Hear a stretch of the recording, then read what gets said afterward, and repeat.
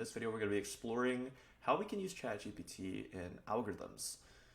So let's just go ahead and start with a simple example of prime numbers. So, hey ChatGPT, could you write me a Python script / algorithm to generate all the prime numbers up until a given number x.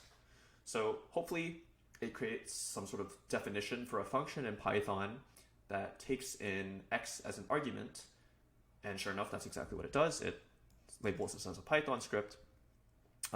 It's a function called generate primes, takes in x as an argument, and look at that, it's even documenting the code that it's writing.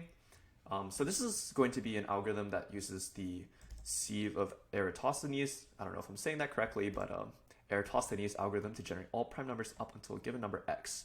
So we can kind of test that for correctness in the sense of kind of just running it. Maybe we're not going to be able to like completely fact check it because, as a famous computer scientist once said, like test cases or kind of checking certain inputs and certain outputs can only show the presence of bugs, but does not prove the non-existence of bugs or like the absence of bugs. So I don't know if this is completely robust, but we can try to check it with some numbers and see if it works, right? So this is Python code. Let's actually go over to VS Code, and in my terminal, I actually have I have Python installed on my system. So let's actually go and run Python. So here I'm actually in the Python terminal. Let me actually zoom in a bit. So this is a Python terminal just by running Python on my command line because I have it installed. And I can actually go ahead and type in this code.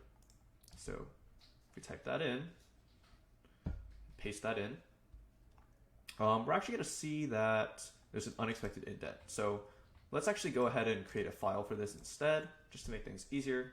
So let's call this primes.py. And if I copy that code, this is the function declaration.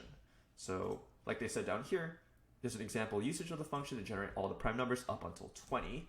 So it's definitely going to consist of a function call to generate primes 20, and then it prints the output.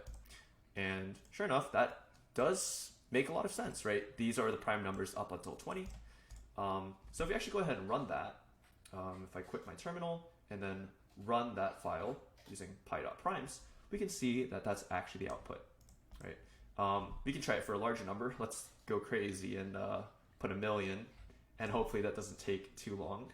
But yeah, that's a lot of output right there. I guess my computer's pretty fast at that, as computers are. So yeah, that's a lot of numbers. I don't know off the top of my head if these are the prime numbers, but I think this algorithm is pretty true and tested. And that's one thing that ChatGPT is going to be good at, right? Is if you ask it for a well-established algorithm, that's going to be something that's very well documented and proven, and that's going to be code that's already out there. So this is stuff that it's probably not going to be getting wrong because there is a good, robust explanation for how this stuff works. And there's actually other algorithms used for generating primes. So it's interesting that ChatGPT happened to give me one that was quite well known and efficient. Could you use an algorithm other than the sieve of Eratosthenes? If I can spell that correctly. Hopefully I did. And certainly, here's an implementation of the trial division algorithm to generate all prime numbers up until a given number x in Python. So this is going to be a completely different function definition, but it's probably going to give us the same output in terms of generating all the primes up until a given number. But yeah, let's go ahead and give that a try too while we're at it. So up here we've got the definition for the sieve of Eratosthenes. Let's prefix this function call as sieve so that we don't call it. So here we're going to be calling our new generate primes function. And if we call it with 20, it should give us the same output, 2, 3, 5, 7, 11, 13, 17, 19. So if I go ahead and run that, sure enough, yep, that's exactly what it's giving us. So an interesting thing about algorithms, if you're not familiar with computer science and the study of sort of writing code and these algorithms in the first place, is that they have ways to be measured. So those two things are space and time complexity. So let's actually ask, so this is actually a footnote here that they include. Note that the trial division algorithm is less efficient than the sieve for generating prime numbers, especially for large values of x. So let's actually go ahead and try that out, right? Because like earlier we went ahead and ran a million on the sieve version of this function.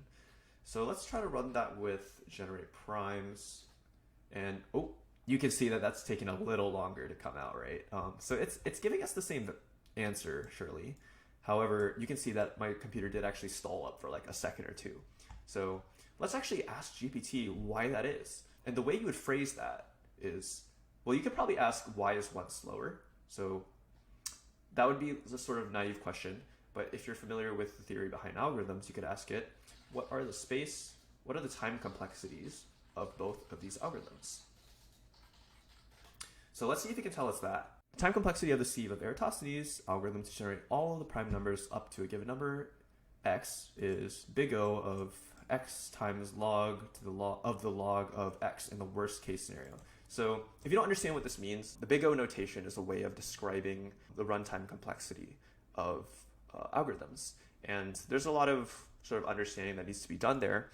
But we see here that the trial division algorithm has a complexity of O of x to the power of 1.5 in the worst case. And that's considerably worse, right? So if you think about the graphs of both of these, right? So if you kind of view a graph with having function as a function of the size of your input and the number of time that it takes for the algorithm to complete, this one is going to grow substantially slower than this one, right? So this one's going to blow up. So as your x increases, the amount of time that it takes for the algorithm to complete is going to sort of skyrocket because it's like exponential, right? It's to the power of something. So yeah, we can see like why that is. Like, why did one take longer than the other? If you want to know more about this, we can probably continue the conversation with ChatGPT and just continue asking questions, right? Like, this stuff is going to work super well if you're like curious about learning and just know what to ask.